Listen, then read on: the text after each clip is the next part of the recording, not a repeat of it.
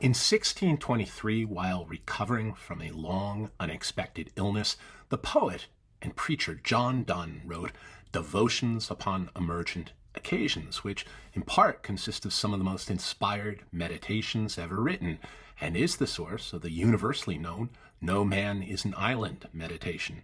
It was published the following year in 1624.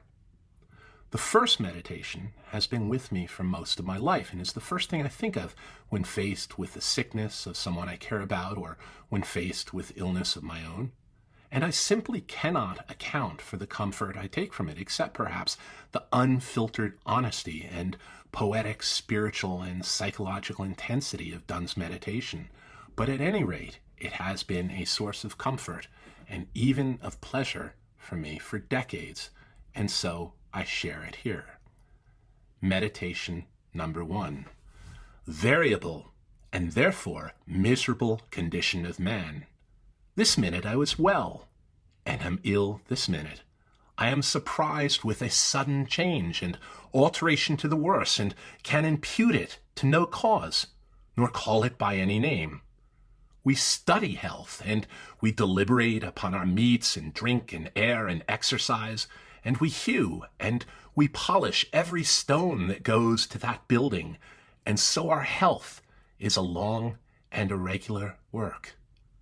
But in a minute, a cannon batters all, overthrows all, demolishes all, a sickness unprevented for all our diligence, unsuspected for all our curiosity, nay, undeserved if we consider only disorder, summons us, seizes us, possesses us, destroys us in an instant.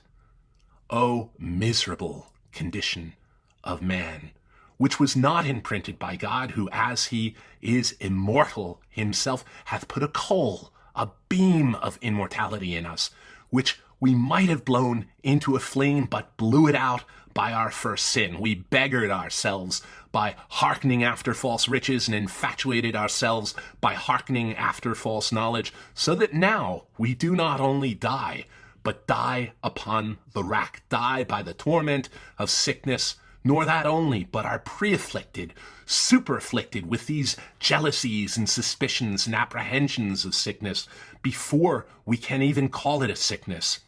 We are not sure we are ill. One hand asks the other by the pulse, and our eye asks our urine how we do. Oh, multiplied misery. We die and cannot enjoy death because we die in this torment of sickness. We are tormented with sickness and cannot stay till the torment come. But pre-apprehensions and presages prophesy these torments, which induce that death before either come. And our dissolution is conceived in these first changes, quickened in the sickness itself, born in death, which bears its date from these first changes.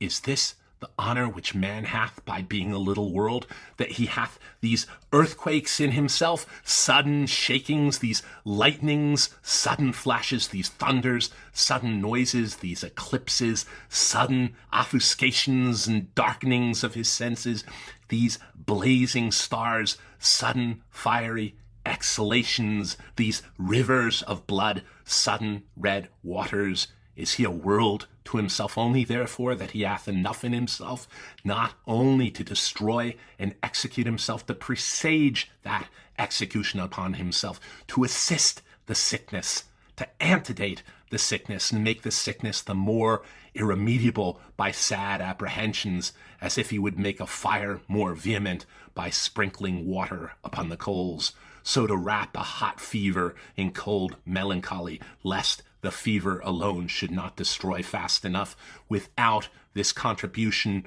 nor perfect the work which is destruction, except we joined in artificial sickness of our own melancholy to our natural, our unnatural fever. O perplexed discomposition, O riddling distemper, O miserable condition of man. Thank you for listening.